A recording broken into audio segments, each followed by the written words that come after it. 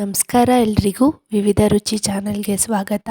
ಇವತ್ತು ಟೇಸ್ಟಿಯಾಗಿರೋ ದಹಿ ತಿಕಾರಿ ಹೇಗೆ ಮಾಡೋದು ಅಂತ ನೋಡೋಣ. ಬೇಕಾಗಿರುವ ಪದಾರ್ಥಗಳನ್ನು ನೋಟ್ ಮಾಡ್ಕೊಳ್ಳಿ.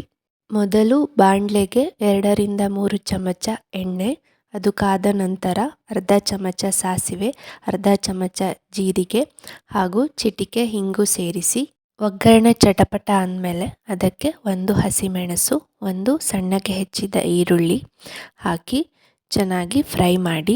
ನಂತರ 5ರಿಂದ 6 ಎಸಳು ಬೆಳ್ಳುಳ್ಳಿ, 2 ಚಮಚ ಖಾರದ ಪುಡಿ, ಸ್ವಲ್ಪ ನೀರು ಹಾಕಿ ಚೆನ್ನಾಗಿ ಕುಟ್ಟಿ ಪೇಸ್ಟ್ ಮಾಡ್ಕೋಬೇಕು. ಈರುಳ್ಳಿ ಕುಕ್ಕಾದ್ಮೇಲೆ ಅದಕ್ಕೆ ಮಾಡಿಟ್ಟಿರುವ ಪೇಸ್ಟ್ ಹಾಕಿ ಚೆನ್ನಾಗಿ ಫ್ರೈ ಮಾಡಿ.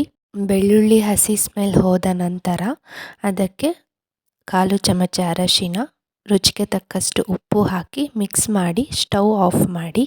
ತಣ್ಣಗಾದ ಮೇಲೆ ಅದಕ್ಕೆ 1 ಕಪ್ ಗಟ್ಟಿ ಮೊಸರು ಹಾಕಿ ಮಿಕ್ಸ್ ಮಾಡಿ ಹೆಚ್ಚಿರುವ ಕೊತ್ತಂಬರಿ ಸೊಪ್ಪು ಸೇರಿಸಿದರೆ ರುಚಿಯಾದ ದಹಿ ತಿಕಾರಿ ಪರೋಟ ಅಥವಾ ಚಪಾತಿಯೊಂದಿಗೆ ಸೂಪರ್ ಟೇಸ್ಟಿಯಾಗಿರುತ್ತೆ. ಈ ವಿಡಿಯೋ ಇಷ್ಟ ಆಗಿದ್ದರೆ ಪ್ಲೀಸ್ ಲೈಕ್ ಮಾಡಿ, ಶೇರ್ ಮಾಡಿ ಹಾಗೂ ಸಬ್ಸ್ಕ್ರೈಬ್ ಮಾಡ್ಕೊಳ್ಳಿ. ರೆಸಿಪಿ ಟ್ರೈ ಮಾಡೋದನ್ನು ಮರಿಬೇಡಿ.